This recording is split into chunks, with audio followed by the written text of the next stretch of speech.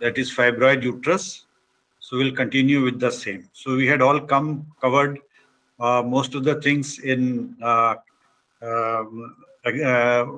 clinical features. So what patient comes with main history and complaints and how they will present to you. So next what we do, we go for the physical examination. So this lady which we had mentioned, who had come with a swelling in the abdomen with excessive vaginal bleeding and along with infertility. So now we go for the examination. So what you are going to look in the physical examination. Number one is general examination. So as we said, the patient, they come with the menstrual disturbance like excessive vaginal bleeding during periods, that is menorrhagia. So once they have come with menorrhagia, so what they are likely to have, because of the menorrhagia, they have lost lot of blood, the patient may be anemic. So you look for anemia. That means pallor. You can look wherever 3-4 places will look for whether she is pale or she is not pale, which gives indication that she is anemic. Then after the abdominal examination, then what we do? We go for the abdominal examination. So in fibroid, so there is a tumor in the uterus. So what you will find, you may find a mass in the abdomen. If it is bigger, normally see the mass which is in the pelvis equivalent to 12 week size, so that is inside the pelvis, you will not be able to palpate it. But if it is more than 12 week size, then you are likely to palpate a mass in the abdomen. So what will be the characteristic feature of this mass? Number one, this mass, you will find that this mass is coming out from the pelvis, because uterus, cervix and uterus are in the pelvis. From there, this growth is taking place. So you will find a mass which is coming out from the pelvis. Number one. Number second, since uterus is normally in the midline, so most of the time we will find the mass is in the midline. Though sometimes if the growth is on one side or other side, please mute yourself. So the mass may be on the right side or on the left side. So usually it is in the center. Third, you feel it, you will find this mass is usually firm. And if there are multiple fibroids are there, so you may find it is give a irregular feeling. So these are the various characteristics of a fibroid uterus. If it is a other, like we had discussed the other differential diagnosis like ovarian tumor or tubo-ovarian masses, so they may be on the side. So after doing the abdominal examination, then you go for the vaginal examination. In the vaginal examination, first you put a speculum and see through the vagina. So what happens if the mass is big and the anatomy is distorted, then you may not be able to see the cervix. But if it is a small or the anatomy is not distorted much, so you will be able to see the cervix. And in case it is the type of fibroid which is coming out from the cervix, or it is a endometrial myoma with a pedicle, you might be able to see the polyp. If the polyp is coming out through the cervix, you may be able to see, or the fibroid is coming out from the cervix, then you should be able to see. I had shown you some pictures earlier about that. Next, you do is a bimanual examination. So in bimanual examination, what you will be finding? You will be finding the cervix will be enlarged in size, depending upon what is the size of the uterus. And this is an enlarged uterus, but how you are going to differentiate that this mass is not from the uterus and the say ovarian or any other mass? So if you move that mass which you are feeling in the abdomen, so if it is from the uterus, then the cervix will also move. But suppose that mass is from the ovarian, then what will be happen? Once you move that mass, the cervix is not going to move. So the movement of the mass is transmitted to the cervix in case of a fibroid uterus. And you will be able, in case of a fibroid uterus, you will not be able to palpate a separate uterus and the separate mass. There will be no groove between the two. Okay. So if you find that uterus is felt separately, mass is felt separately, then it is unlikely to be a fibroid uterus. So this is how you do a clinical physical examination. So what are the investigations? Once you have got a diagnosis of fibroid uterus, then how you are going to investigate it. So as I said, if patient has lost blood, then she will be having anemia. So how you find the anemia is with the help of blood examination. You find the hemoglobin. So in the hemoglobin there will be blood, because of the blood loss there may be anemia.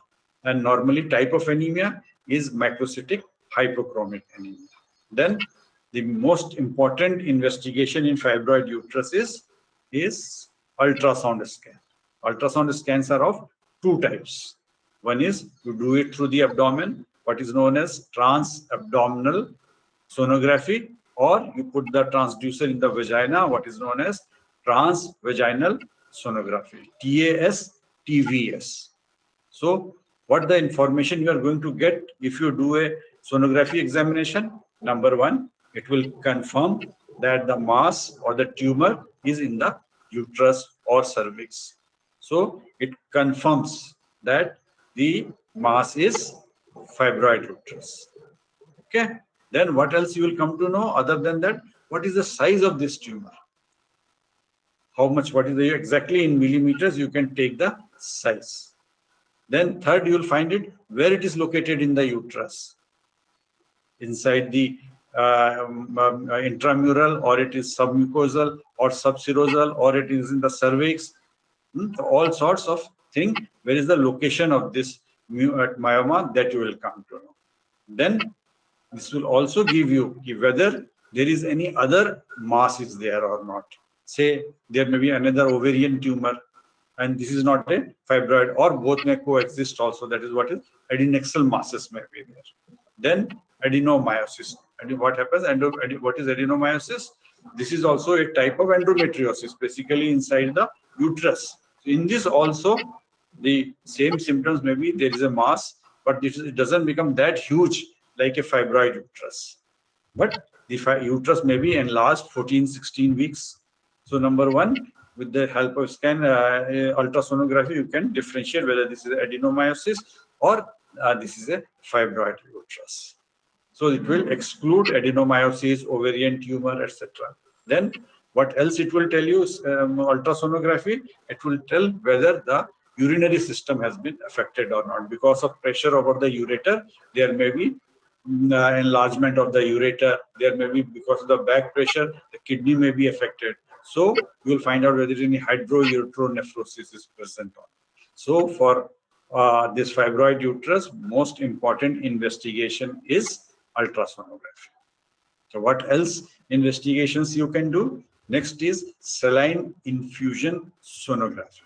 What is saline infusion sonography? This is also a type of ultrasound where what you do, you push some fluid inside the uterine cavity through the cervix.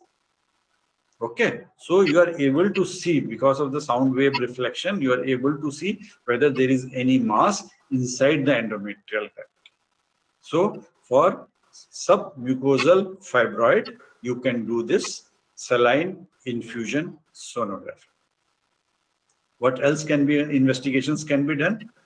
Other is hysteroscopy. What is hysteroscopy? Hystero means uterus, and scopy means you put a scope or you put a tube. So you put a scope inside from the vagina, cervix, you start seeing inside the endometrial cavity. So where this is going to help you? This is going to help you if there is a submucosal myoma. That means inside the endometrial cavity, if there is a mass is present, then you should be able to see with the help of hysteroscopy. The other thing, why this is good, because you can see what type of this myoma is there and whether this has got attached any with the pedicle. So whether you can resect it, you can, along with seeing it, you can also cut the pedicle so it can be taken out. So that is also in the same sitting it can be done. Lastly, before going into anything, you want to exclude along with the fibroid, there is no malignancy of the uterus. So you can take out a tissue from the endometrial cavity, and that will send for histopathology. So it will exclude that there is no coexisting malignancy, because if there is a malignancy in the endometrial cavity, in the endometrium, patient will also come with menstrual irregularity, excessive bleeding, and all those things. So you want to exclude that also. So along with hysteroscopy, while doing hysteroscopy, you can also take out a tissue of the endometrial cavity, that is endometrium, and send it for histopathology. Lastly, laparoscopy. Laparoscopy is not done usually in case of a fibroid uterus, but in certain cases where you want to do it, like when the size of the uterus is bigger than, say, 12 weeks. There you can see why you want to see. So suppose along with the, say, this fibroid uterus, there is a pain also. So you don't know why this pain, whether that pain is because of this large uterus which is causing pressure or something like that, or there is some other reason like endometriosis, pelvic inflammatory disease. They can also give rise to pain. So you are going to treat her for the pain and you take out the uterus, but still she will have all the pain. So in that way, you can, in those cases only, you can go do a laparoscopy. Laparoscopy means, lepra means abdomen, scopy means a scope. You put a scope. So you put a scope through the abdomen, make a small hole around the umbilicus and put a scope and you see inside. Then other times, why laparoscopy should be done, in which cases, like patient is having infertility. Now, the infertility may be because of the fibroid, may not be. There may be some other reasons which is causing infertility. So you operate on this patient thinking that infertility is due to fibroid uterus. You remove the fibroid, still she is infertile. She is not conceiving. So to exclude other causes, you can do a laparoscopy. And other thing is, you can also exclude any ovarian pathology is there or not, because you can see what is the condition of the ovaries on both the sides, if there any problem is there in the ovaries or not. What other investigations you can do? So some repetition is there. Other is a hysterosalpingography. What is hysterosalpingography? Hystero means uterus, salpingo means fallopian tube, graphy means you take a photograph. So in this, this is also known as HSG. Here, what you do, you push some radio opaque dye through the cervix, and you take the photo of the abdomen. So whatever the dye, the radio opaque dye is going, this will first, you will go and fill up the endometrial cavity. After that, it will go through the fallopian tube. So you will see, you will keep tracking what's happening to this dye. So if there is a, say, submucosal fibroid is there, so at that area, this dye will not go. So that you will be able to make out.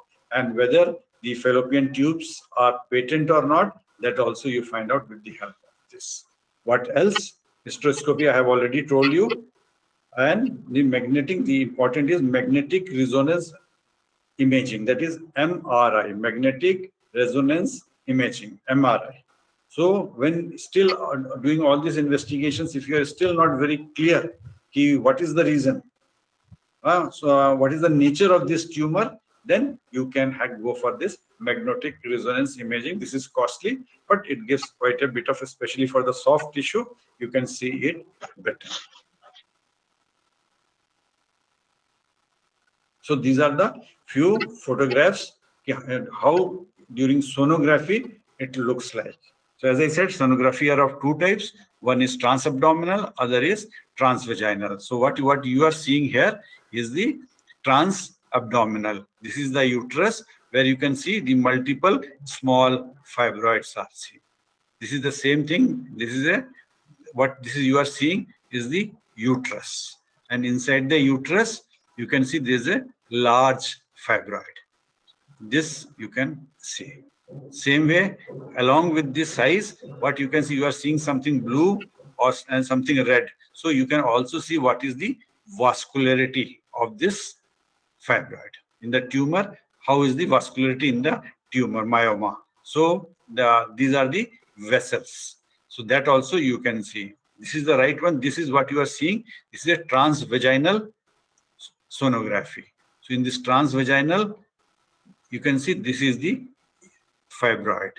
So with the help of this, you can make out and confirm your diagnosis. So it is very useful. What is the difference between transabdominal and transvaginal sonography? See, in transvaginal, you are putting the transducer on the abdomen. So you are able to see a large area inside the abdomen. Okay. But the clarity is not, or the resolution is not very good. While in case of transvaginal sonography, this is much nearer to the organ which you want to see. So you have put it, so it will be seeing the cervix, uterus, ovaries from a very near place. So what happens? Advantage is, you can see it clearly. But problem is, it will just cover a small area. So if you want to get a good resolution, good clarity, then you put a vaginal one, but that will only cover a small area. While with transabdominal, you get a panoramic view.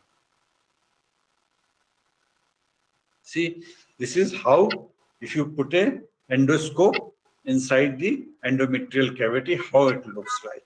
So what you are seeing here is the scope has been put inside, and this is what you are seeing is the fibroid. Intracavitary inside the endometrial cavity, the fibroid. You can see how it looks like when you put a hysteroscope inside. I was mentioning about the magnetic MRI or magnetic resonance imaging. So this is how it looks like. See, this is the sagittal section. Okay, this is the vertebra. You can see this is the vertebra. This is the vagina. This is the cervix. This is the uterus. Inside the uterus, you see a huge mass is present. So this is the fibroid or myoma, leiomyoma inside the uterus. Same, this is the coronal section. What you are seeing. So inside this is the inside the uterus. There is this large fibroid. So this is how it looks like in MRI. So what are the complications which can happen to a fibroid? As I said, fibroid is sort of a chronic tumor. So this tumor is there for quite some time. So certain changes or the certain, not changes, certain complications can occur.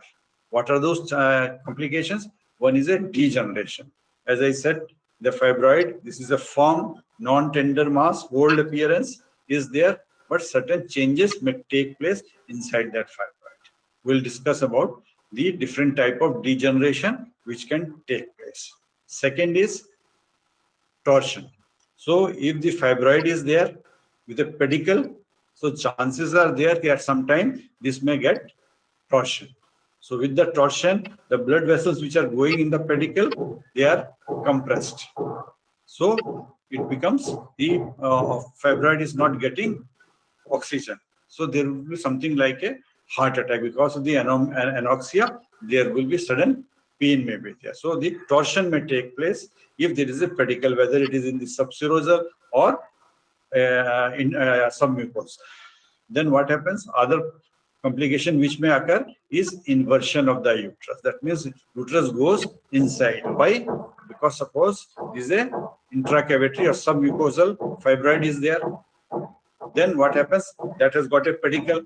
So the uterus is trying to push it out, and with the pushing it out, if the pedicle is at the fundus, so it will start pulling the fundus, and so the uterus may invert, and that fibroid may come into the cervix or into the vagina. So that may lead to inversion of the uterus. The other thing which I mentioned earlier, the blood supply of fibroid, how it occurs? Most of the blood vessels are in the capsule. And from there, the radial vessels are going inside. Maximum supply is at the capsule. So there, sometimes what happens in the capsule, what may happen? There may be hemorrhage. This may burst, and there may be hemorrhage on the surface of the fibroid. Then infection. How infection occurs? If it is inside the endometrial cavity, the covering of the fibroid that may get atrophied, and an ulcer may develop. And because of that ulcer, because inside the uterine cavity, it may get infected. So infection occurs most of the time in those fibroid which are lying inside the uterine cavity or in the endometrial cavity. As I said, this fibroid occurs. Why? It occurs mostly because of the excessive estrogen. So excessive estrogen may cause fibroid uterus, but as well as that may lead to endometrial hyperplasia. Estrogen acts on the endometrium and this causes hyperplasia. And hyperplasia at later stage may give rise to carcinoma. So there may be associated endometrial carcinoma. So then the first complication I said, the degeneration may take place. The fibroid which is there, degenerates. What are the different type of or secondary changes which causes degeneration? So different type of degeneration is number one is atrophy. When atrophy occurs, normally see after this tumor depends upon the estrogen, and when estrogen is cut off or decreases, the atrophy of the this myoma may occur. So normally after menopause, okay, because this is found mostly during the reproductive age group. After the reproductive age group, what happens? The estrogen, once the ovaries are getting atrophic, the estrogen decreases. So because the estrogen is slowly decreasing, so the tumor becomes smaller. So atrophy of the tumor may occur because of the lack of estrogen. Then what are the other changes which can take place is a hyaline degeneration. What happens in the hyaline degeneration? As I said, this is firm whole appearance. I've shown you the photographs. So now what happens? Because in hyaline degeneration, it becomes soft, and those concentric whole appearance, they disappear. And if they become liquid-like, soft, cystic, then this is known as cystic degeneration. And if it becomes yellow-colored, so they say it is a fatty degeneration. What else? The blood supply, from there, if the calcium is released, then most of the calcium, get on the surface, they get there. And this, if you take a X-ray, then you will be, because they are radio opaque, so you will be able to say honeycomb type of appearance in the fibroid. So calcareous degeneration can also take place. Red degeneration. Please, this red degeneration you must know, because in exams and in viva and sometimes clinically also it is very important, because this normally they give a short note on fibroid red degeneration. What happens in red degeneration? Normally this red degeneration occurs usually in pregnancy. So if you know the patient is pregnant and she is a known case of fibroid uterus, and suddenly she comes to you in the casualty with sudden pain, then you should also think about red degeneration. I'll talk about red degeneration in a little while. Then sarcomatous degeneration. So sometimes, very rarely, it converts into malignancy. So this is smooth muscles malignancy, what is known as sarcoma occurs. So this sarcomatous degeneration occurs in this. Suddenly, this fibroid starts increasing in size. So this is a malignant changes may also take place in the fibroid, though rare. So what is this red degeneration?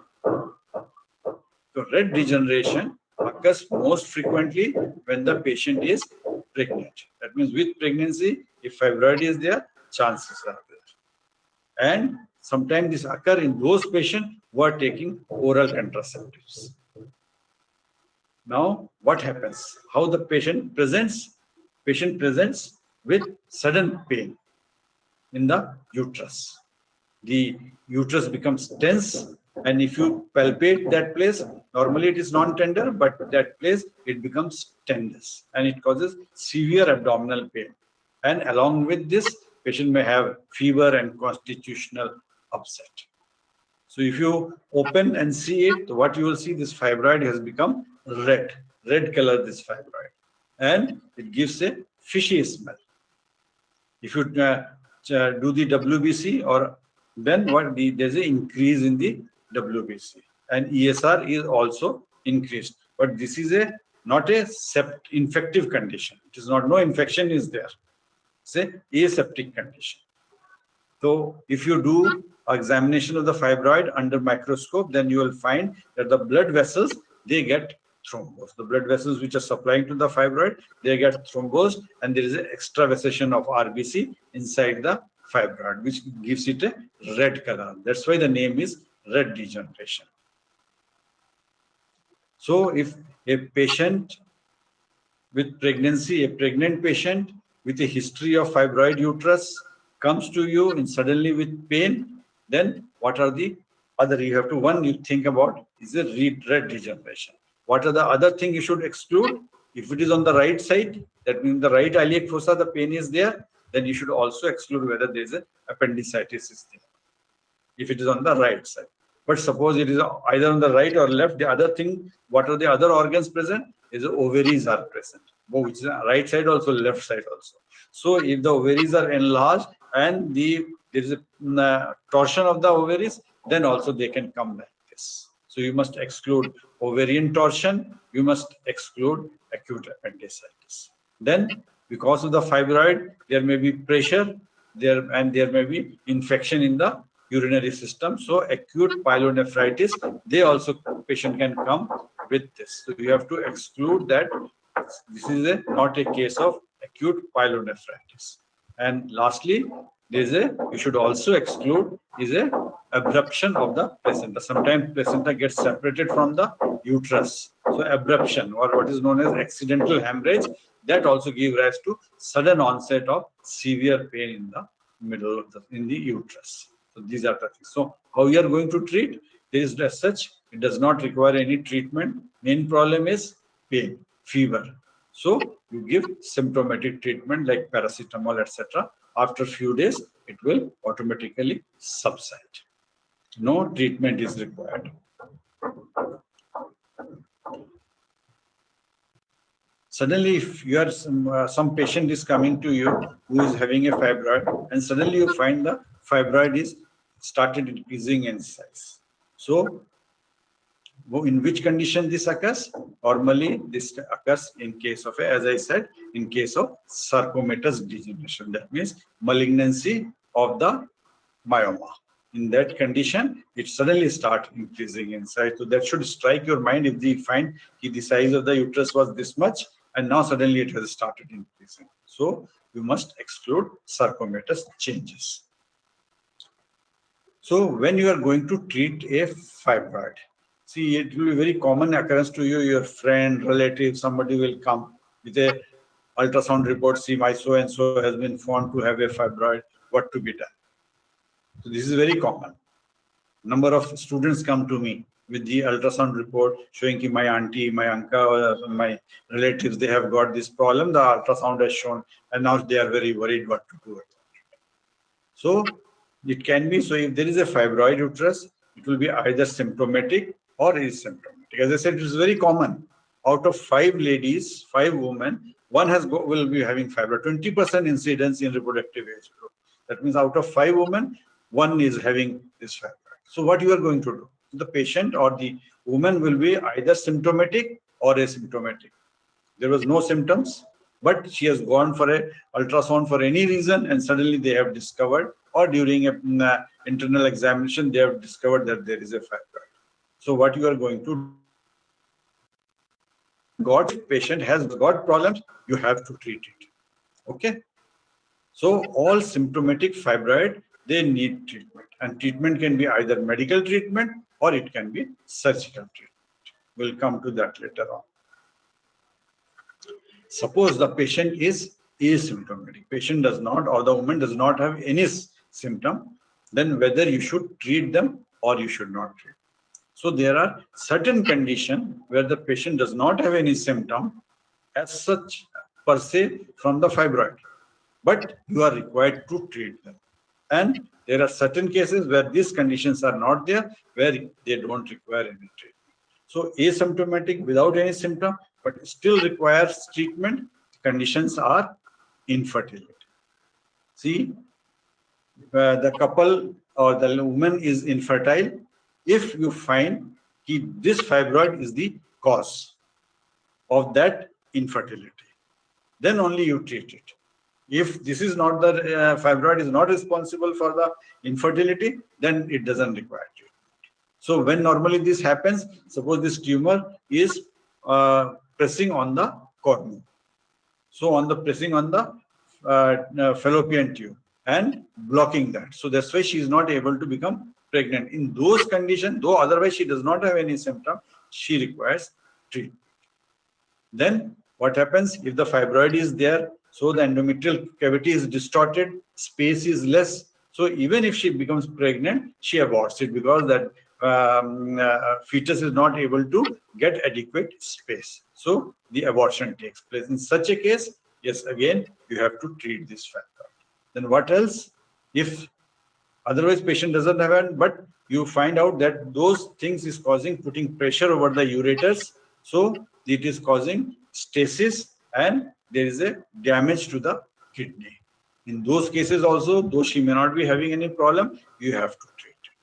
Then, as I said, suddenly when the tumor starts growing, chances of sarcomatous changes may be there. In those cases also, if suddenly it start growing, you should treat it, though patient may not be having any problem. And when you don't know what is this nature of this tumor, you are not sure, it is maybe fibroid, maybe something else, then also it is better to treat them. So suppose all these conditions are not there, I was mentioning, no infertility, no damage to the kidney, and all those things, then what you are going to do in such a case? Patient also does not have a symptom. So what you do, you send for a ultrasonography, find out what is the size, how many fibroids are there, and where they are located. And ask her, nothing to worry, let them be there, but call her after every year. Annual assessment. Either she starts developing some symptom, then you treat it. If no symptoms, don't treat it.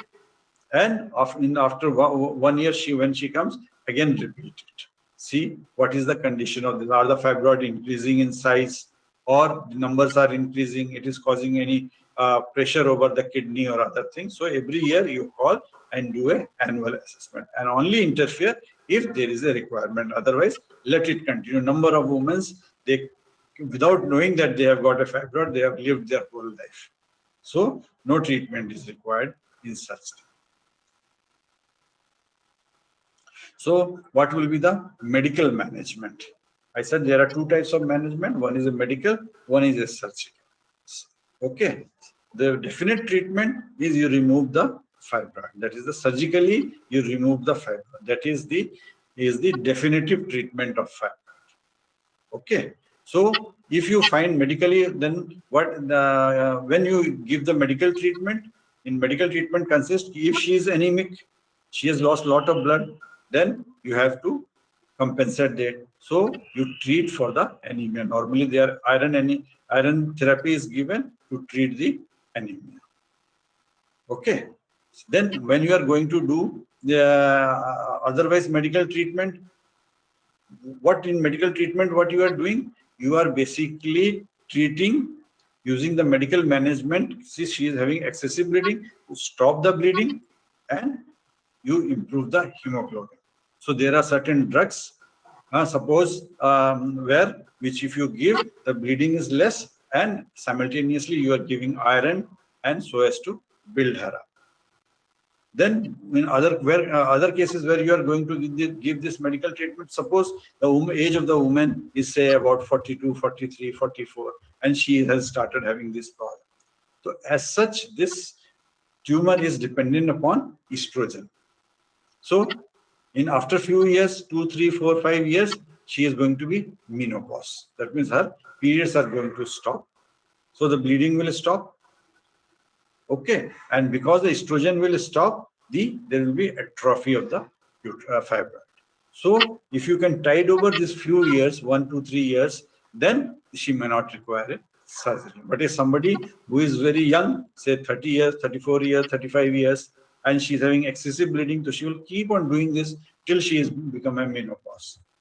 Okay, in such a case, you will prefer go for a surgery rather than going for a medical treatment. And there are some women who require surgery, but they are not in a fit condition to undergo surgery because of heart disease or some other condition. In those cases also you give medical therapy.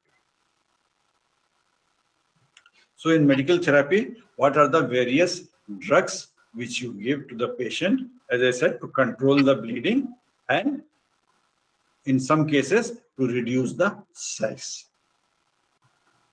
What are those? There are so many are given, but it is normally the first four which are used. That is, one is the commonest what we give when patient comes in acute phase is non-steroidal anti-inflammatory drugs, NSAID. So this NSAID, like say brufen, ibuprofen, or say mefenamic acid, these all are, they cause approximately 40 to 50% decrease in the amount of menorrhagia or the bleeding. So these are the commonest which is given. Then, as I said, in the second is combined oral contraceptive pill or COC. So what happens in this? You give estrogen. That combined oral contraceptive pill contains estrogen and progesterone. Okay, so that progesterone which is there, that is going to decrease the amount of bleeding. Though it contains a small amount of estrogen which is increasing, but if the progesterone is there, it is able to control. This also decreases the amount of bleeding. Then progesterone itself can be given. Only progesterone, no estrogen. How? You give orally tablets of progesterone. Or you can, what you can do, you put the progesterone in the intrauterine system, like a copper tea or something which contains progesterone. And so you put it inside the uterine cavity. From there, it is slowly released. What is known as LNG-IUS. LNG stands for levonorgestrel. IUS stands for intrauterine system.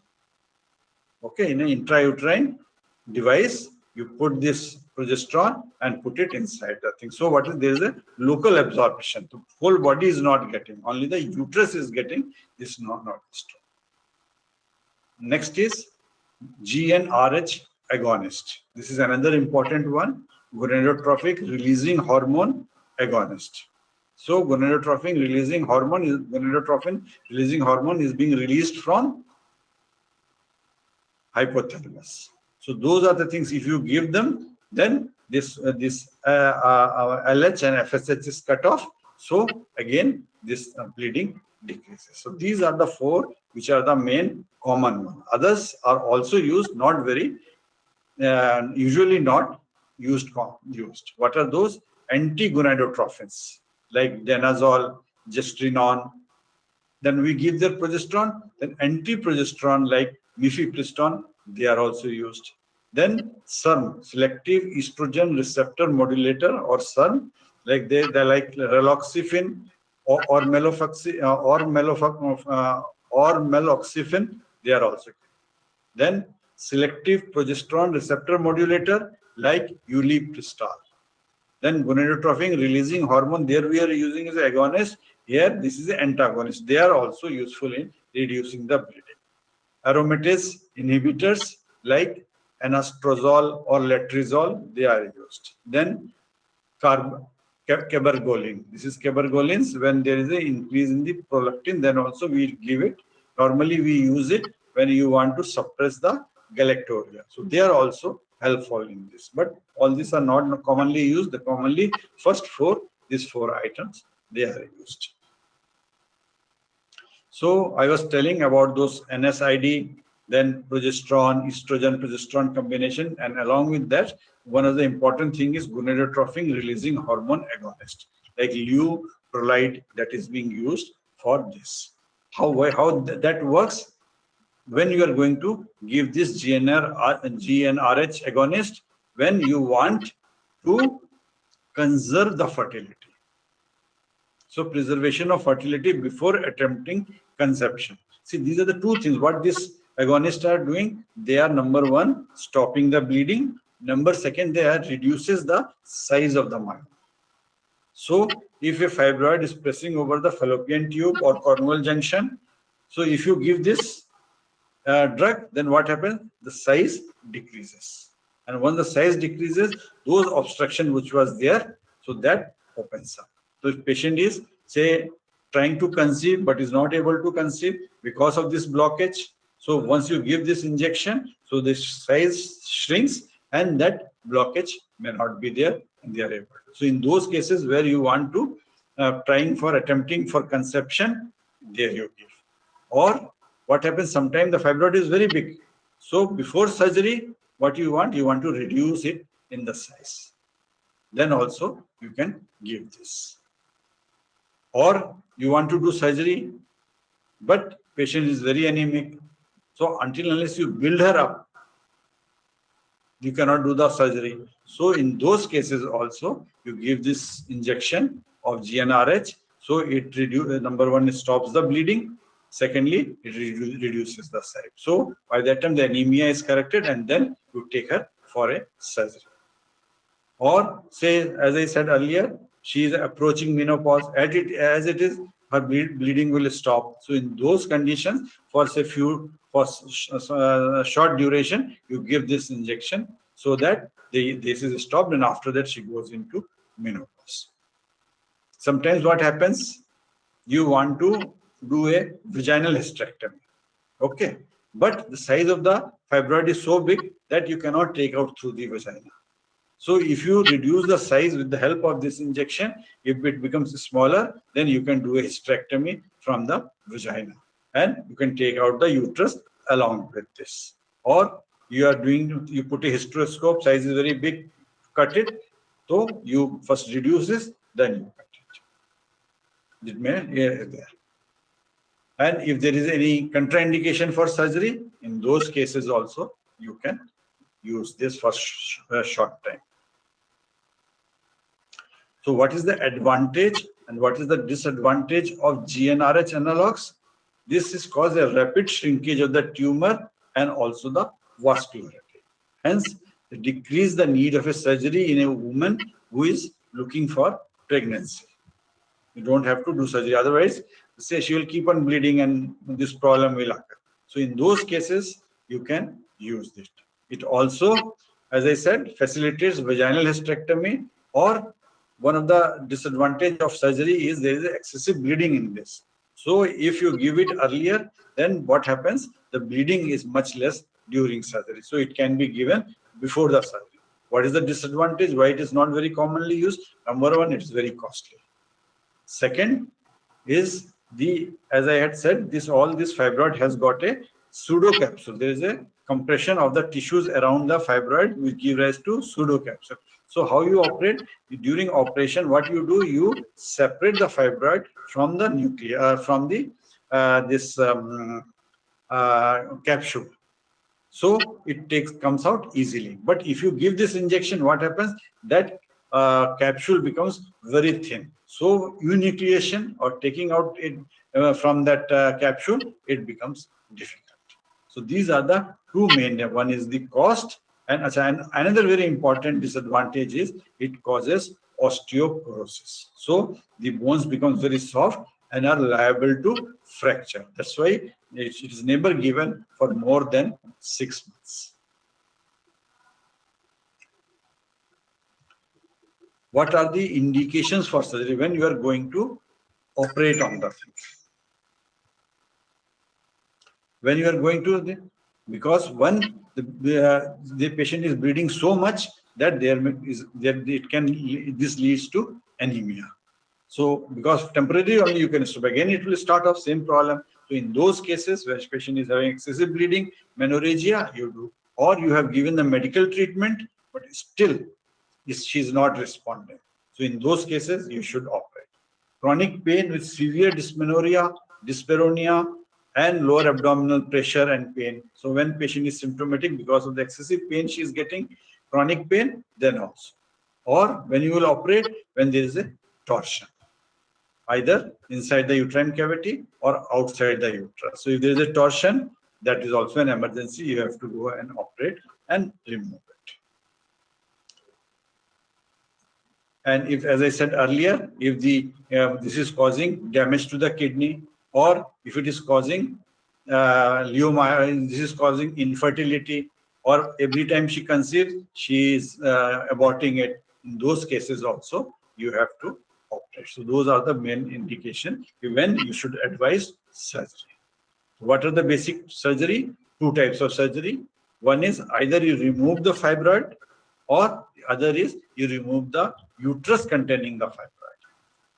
Okay, so either you do a hysterectomy or you do is a myomectomy. In hysterectomy, uterus along with the fibroid is removed, and myomectomy, only the fibroid is removed. So this can be removed either through you cut the abdomen, take it out, it's abdominal hysterectomy, open abdominal hysterectomy, or you put a laparoscope and you take it out, or through the vaginal route you do it, is a vaginal hysterectomy. So same thing, myomectomy also, where you remove the fibroid, either you open the abdomen, remove the fibroid, or through the laparoscope you remove the fibroid, or if it is inside the endometrial cavity, you put endoscope and you remove. So what is myomectomy? Myomectomy is the removal of the fibroid while you leave the uterus behind. This is when you do when the patient is infertile and she wants child, or even if she has got a children but she starts more children, then also you do it. Or some of the ladies, they don't want to lose the uterus, so in those cases also you do it. These are the prerequisite what is required, not very important. These are the steps of myomectomy. So what is the complication of myomectomy? See, myomectomy, the surgery is a little difficult. Why? Because I said this is excessive bleeding can occur during the removal of the myoma. So it may be primary, secondary, reactionary. That means while doing the surgery, then excessive bleeding is occur. Or after you have completed the surgery, when the BP has come up, reactionary, there is excessive bleeding. Or you have closed down and gone, and then you find out that there is a bleeding inside. So one is that complication. The other, if the fibroid is very big, it distorts the anatomy. So the structures which are around it, like ureter, bladder, bowel, so they are likely to be damaged if you are not careful. Thirdly, the inside the where you have removed it, that area may get infected. And after surgery, there may be adhesions, intestinal obstruction. And as I said, there are multiple fibroids. Maybe their seedlings are there. Even if you have removed few this myoma, later on find some other will grow. So these are the complications of myomectomy. So will you remove the ovaries along with the hysterectomy?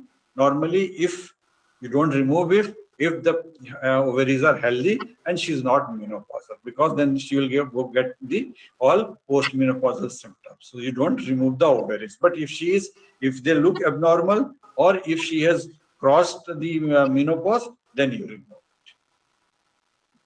What is lavh? This is term very commonly used. Lavh is basically a vaginal hysterectomy which is assisted along with laparoscopy. So laparoscopic assisted vaginal hysterectomy. So if it is a small one, what you do in this, you cut all the pedicles and then remove the uterus from the vagina. What are the newer method? In this newer method, there is you can with the help of laparoscope, you can destroy the fibroid either with the help of heat, that is thermal myolysis, or cryomyolysis. Cold, cryo means cold, or with the help of laser or radio frequency. With different methods have come up with the help of which you can destroy this myoma. Laparoscopic uterine artery ligation. This is another one I'll show you. With the help of laparoscope, you cut off the blood vessels to the fibroid of the uterus. So the blood supply is cut off, so they decrease in size. Then UAE. What is UAE? Is uterine artery embolism. I'll show you next how it is done. Another is MRGFUS, that is magnetic resonance guided focused ultrasound surgery. So what you are going to do in uterine artery embolism, so you put a catheter and take that catheter towards the uterine artery, and then you push through that either polyvinyl alcohol or gel foam or metal coil, which blocks the uterine artery. So the blood supply to the uterus is largely cut off. So this reduces the blood supply. So the vascularity decreases, size also decreases. In about 6 weeks, it becomes less, the size decreases by about 40%, and by 1 year, it is about 70%. So this also can be done, but this is contraindicated where the patient is thinking of getting conceived or it is pedunculated. So this is how you see how it is done. Through the femoral artery, the catheter has been put through the common iliac artery on the other side, and then this is the internal iliac, this is the external iliac. So the internal iliac, the blood supply going to the uterine artery, here you push those things which blocks this, so the blood supply to the uterus is substantially cut off. So this is the advantage. No major surgery, intraoperative bleeding is no intraoperative bleeding. Adhesions are not there. They stay for a very short time in the hospital, and 75 to 80% of the women are very happy with it. Can fibroid grow beyond menopause? Normally, it doesn't, because the estrogen is cut off. Only if you put the replacement therapy with estrogen, then it can happen. So that's all the topic of fibroid, very common condition. So you should be aware of this thing. Thank you.